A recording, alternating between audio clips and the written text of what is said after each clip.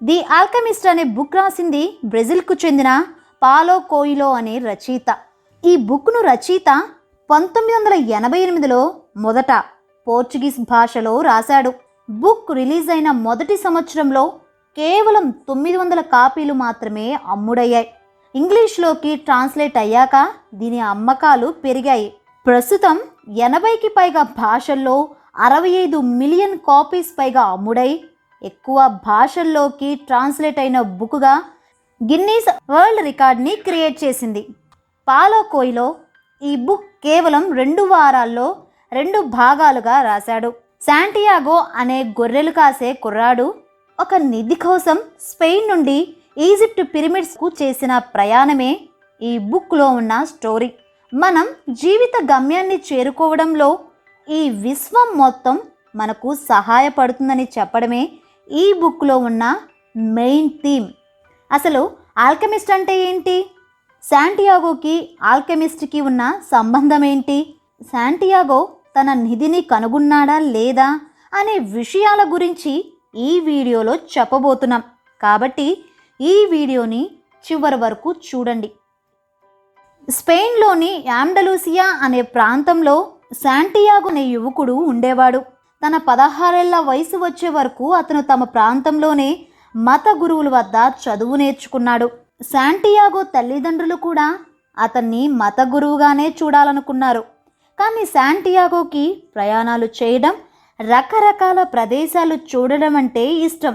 అదే విషయాన్ని శాంటియాగో అతని తండ్రికి చెప్పాడు. అప్పుడు అతని తండ్రి శాంటియాగోతో ఇలా అన్నాడు: ప్రపంచం నలుమూలల నుంచి ఎంతోమంది ప్రజలు మన ప్రాంతం చూడడానికి వస్తారు. ఎక్కువ డబ్బులు ఉన్నవారే ప్రయాణాలు చేయగలరు. నువ్వు ప్రయాణం చెయ్యాలంటే గొర్రెలు కాయాలి అని అన్నాడు. శాంటియాగో సరే అన్నాడు. అతని తండ్రి గొర్రెలు కొనడానికి, ప్రయాణానికి అవసరమైన 3 బంగారు నాణాలు ఇచ్చి ఆశీర్వదించి వెళ్ళమన్నాడు. శాంటియాగో కొన్ని గొర్రెలు, ఒక పుస్తకం, ఒక స్వెటర్తో తన ప్రయాణాన్ని మొదలుపెట్టాడు. ఒకరోజు చీకటి పడే సమయానికి ఒక చర్చు వద్దకు చేరుకున్నాడు. ఆ రోజుకి అక్కడే విశ్రాంతి తీసుకుందామని అనుకొని అక్కడే ఉన్న ఒక పెద్ద అంజూర చెట్టు వద్ద పడుకున్నాడు. గత వారం వచ్చిన కలే ఆ రోజు కూడా వచ్చింది. ఈసారి కూడా కల పూర్తి కాకుండానే మెలకువ వచ్చింది. ఆ తర్వాత టారిఫా అనే ఊర్లో కలలను వివరించే ఒక జిప్సీ అనే ముసలావిడ ఉందన్న విషయం అతనికి గుర్తు వచ్చి తన గొర్రెల మందుతో ఆ ప్రాంతానికి వెళ్ళాడు. ఆ ముసలావిడ తన కల గురించి చెప్పమని శాంటియాగోని అడిగింది. అప్పుడు శాంటియాగో ఇలా చెప్పాడు: ఈ కల నాకు 2 సార్లు వచ్చింది. ఆ కలలో నేను ఒక మైదానంలో నా గొర్రెలతో ఉండగా ఒక అమ్మాయి వచ్చి నా గొర్రెలతో ఆడుకుంటుంది. ఉన్నట్టుండి ఆ అమ్మాయి నా చెయ్యి పట్టుకొని ఈజిప్టు పిరమిడ్స్ వద్దకు తీసుకెళ్ళి ఇక్కడే నీకు ఒక రహస్య నిధి దొరుకుతుంది అని చెప్పింది. ఆ నిధి ఎక్కడుందో ఆమె చూపించేలోపే నాకు మేలుకో వచ్చేసింది అని శాంటియాగో తన కల గురించి చెప్పాడు. అప్పుడు ఆ ముసలావిడ ఒక అమ్మాయి నిధికి దారి చూపించిందంటే ఖచ్చితంగా అది నిజమై ఉంటుంది అని చెప్పింది. ఈ విషయం చెప్పినందుకు నిధిలో 10వ వంతు తనకు ఇవ్వాలని మాట తీసుకుంది.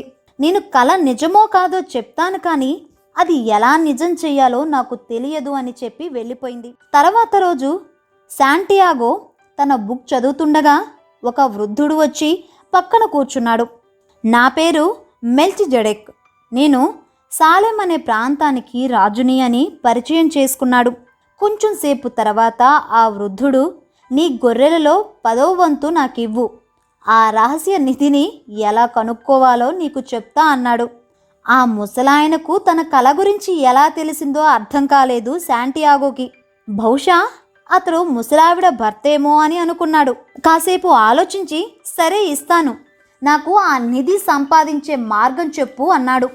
అప్పుడు ఆ వృద్ధుడు తన వద్ద ఉన్న 2 రాళ్లను బయటకు తీశాడు. వాటి పేరు ఉరిం తురిం.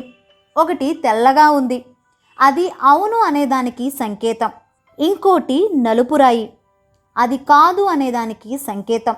ఆ 2 రాళ్లను శాంటియాగోకి ఇచ్చి ఎప్పుడు అవును కాదు అనే సమాధానం వచ్చే ప్రశ్నలు అడిగి వీటిలో వచ్చే రాయిని బట్టి నీ మార్గం ఎంచుకో అని సలహా ఇచ్చాడు. శాంటియాగో తన గొర్రెలను ఆ వృద్ధుడికిచ్చి అక్కడి నుంచి టాంజియర్ అనే అరబ్ ప్రాంతానికి చేరుకున్నాడు. అక్కడ అందరూ అరబ్బీ భాష మాట్లాడుతున్నారు. ఆ భాష శాంటియాగోకి రాదు. ఒక యువకుడు శాంటియాగోని చూసి అతను ఆ ప్రాంతానికి కొత్తగా వచ్చాడని తెలుసుకొని అతన్ని పరిచయం చేసుకున్నాడు. నీకేమైనా సహాయం కావాలా అని అడిగాడు. అప్పుడు శాంటియాగో నేను ఈజిప్ట్ పిరమిడ్స్ వద్దకు వెళ్ళాలని చెప్పాడు. అందుకు నువ్వు ఈ ఎడారిని దాటాలి, నీ వద్ద ఉన్న డబ్బులు ఇస్తే నీకు సహాయం చేయగలనని ఆ యువకుడు చెప్పాడు. నీకు నిజంగా ఏదైనా చెయ్యాలని గట్టిగా అనిపించినప్పుడు విశ్వమంతా నీకు అనుకూలంగా కుట్ర పన్నుతుందని చెప్పిన వృద్ధుడి మాటలు శాంటియాగోకి గుర్తొచ్చి తన వద్ద ఉన్న డబ్బంతా యువకుడికి ఇచ్చాడు. కొంత దూరం నడిచాక ఆ యువకుడు డబ్బులు తీసుకుని ఎక్కడికో పారిపోయాడు. తాను మోసపోయానని గ్రహించిన శాంటియాగో బాధపడుతూ కూర్చున్నాడు. అప్పుడు అతనికి ఆ వృద్ధుడు ఇచ్చిన రాళ్ళు గుర్తొచ్చి ఆ వృద్ధుడి ఆశీర్వాదాలు తన వెంట ఉన్నాయా లేదా అని ప్రశ్నించుకున్నాడు. రెండిట్లో ఒక రాయిని తీశాడు. అవును అనే సమాధానం వచ్చింది. సరే అని ముందుకు కదిలారు శాంటియాగో. అప్పుడు అతనికి స్పానిష్ భాషలో గాజు వస్తువులు అమ్మే ఒక షాప్ కనిపించింది. శాంటియాగో ఆ షాప్ యజమాని వద్దకు వెళ్ళి షాప్లో ఉన్న వస్తువులని శుభ్రం చేస్తాను, భోజనం పెడతారా అని అడిగాడు. ఆ పని పూర్తి చేయగానే ఆ యజమాని శాంటియాగోతో కలిసి భోజనం చేశారు. ఆ యజమాని శాంటియాగోతో ఇలా అన్నాడు, నువ్వు నా షాపులో పనిచేస్తే బాగుంటుంది. నువ్వు షాపులో ఉన్నప్పుడు 2 కస్టమర్స్ వచ్చారు, అది చాలా మంచి శకునం అని చెప్పాడు. అప్పుడు శాంటియాగో నేను ఈజిప్ట్కి చేరుకోవాలి, ఈరోజు మొత్తం మీ దుకాణంలో పనిచేస్తా, ఈజిప్టుకు చేరుకోవడానికి డబ్బులు ఇవ్వగలరా అని అడిగాడు. ఆ యజమాని నవ్వి నువ్వు 1 సంవత్సరం అంతా పనిచేసినా అక్కడికి వెళ్ళడానికి డబ్బులు సరిపోవు, కావాలంటే మీ ఇంటికి తిరిగి వెళ్ళడానికి సరిపడా డబ్బులు ఇస్తా అన్నాడు.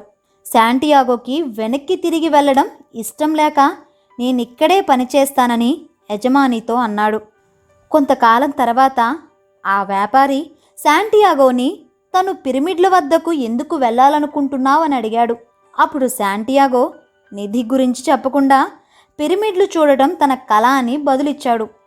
ఆ వ్యాపారి కొంచెం సేపు మౌనంగా ఉండి నాకు కూడా మక్కాకు వెళ్ళాలని కోరిక, కానీ మక్కాకు వెళితే నా కోరిక తీరిపోయి ఇక నేను బ్రతికేదానికి ఒక కారణమంటూ ఏముండదేమో అన్న భయంతో మక్కాకు వెళ్లకుండా కలతోనే బ్రతుకుతున్నాను.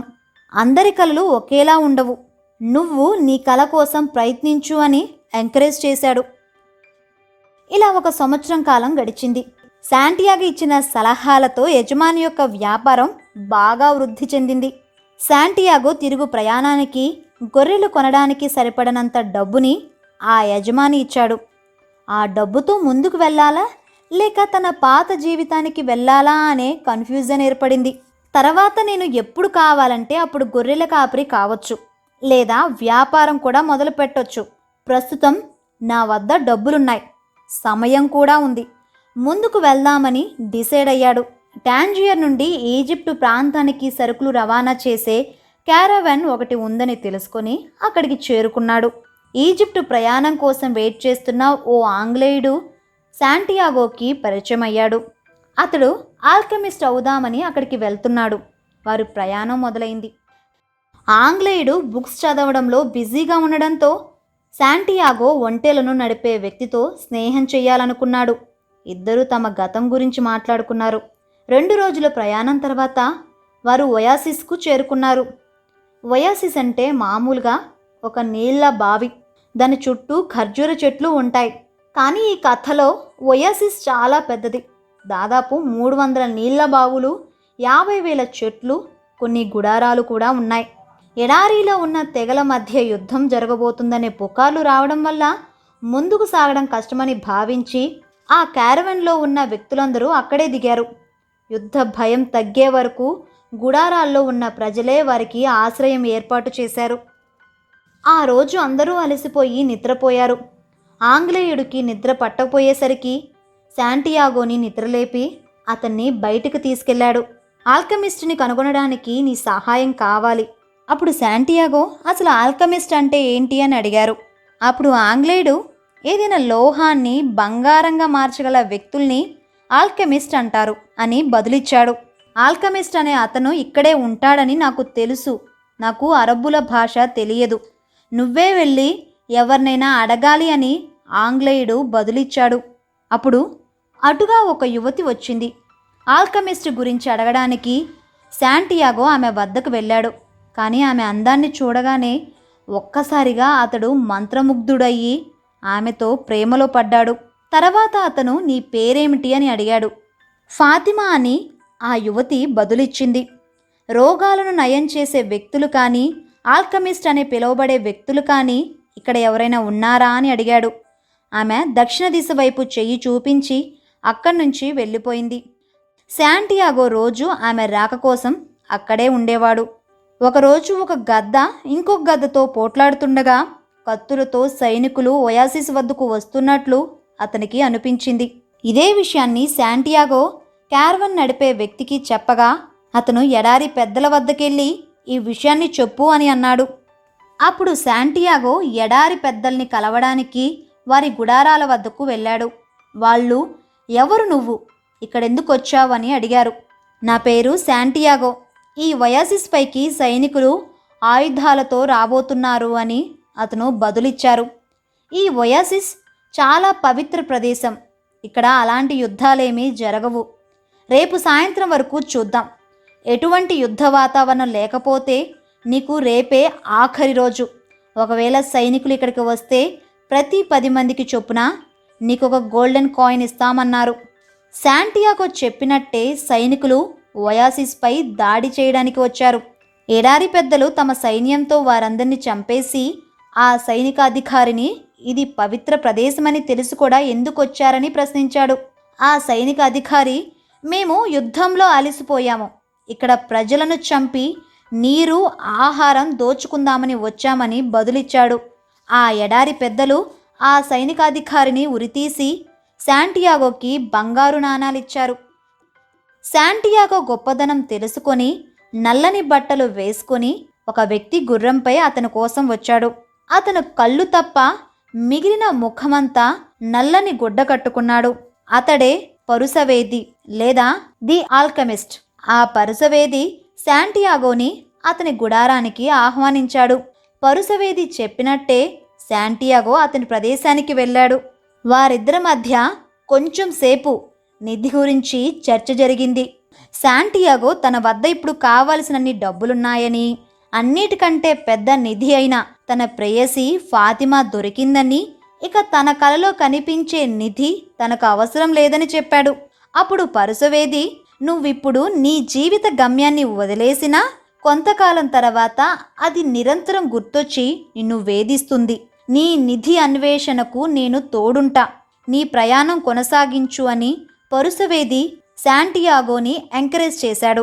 అలా వారిద్దరూ నిధి కోసం పిరమిడ్ల వైపు ప్రయాణం మొదలుపెట్టారు. కొంత దూరం ప్రయాణించాక శాంటియాగోకి మనసులో నిధిని చేరుకోలేనేమో అనే బాధ ఎక్కువైంది. నిధి దొరక్కపోతే బాధపడాల్సి వస్తుందేమోనని నా హృదయం భయపడుతుందని శాంటియాగో పరుసవేదితో అన్నాడు. బాధపడడం కంటే బాధపడతానేమోనన్న భయం దారుణమైంది. సరిగ్గా ఉషోదయానికి ముందే చీకటి ఎక్కువగా ఉంటుంది.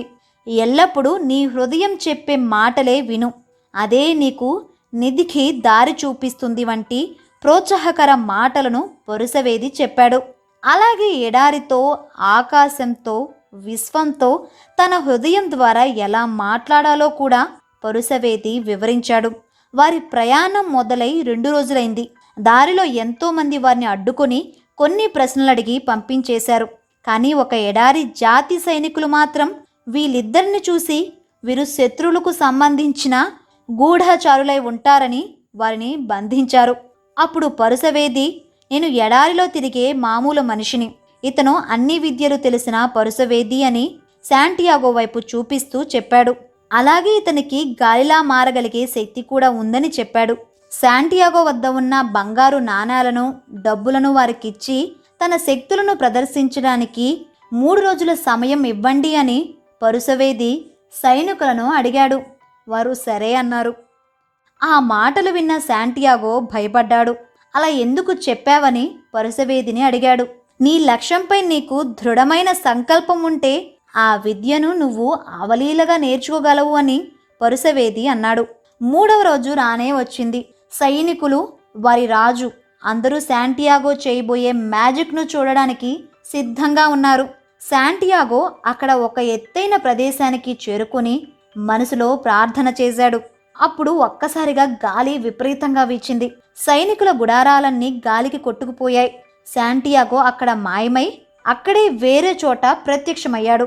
ఆ రాజు ఇది భగవంతుడు లేలేనని నమ్మి వారిద్దరూ ప్రయాణం సాగించడానికి సాయంగా కొంతమంది సైనికులను పంపాడు.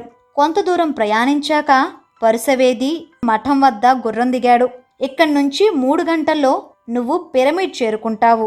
ఇక ఒంటరిగా నువ్వు ప్రయాణించాలి అని చెప్పాడు.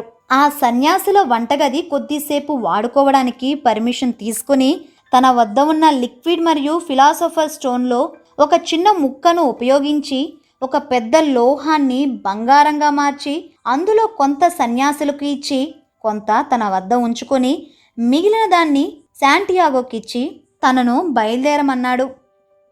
కొంత దూరం ప్రయాణించి శాంటియాగో ఈజిప్ట్ పిరమిడ్స్ వద్దకు చేరుకున్నాడు. ఒక్కసారిగా గతమంతా గుర్తొచ్చి ఎమోషనల్ అయ్యాడు. తన కళ్ళల్లో నుంచి నీటి బొట్లు కారుతున్నాయి.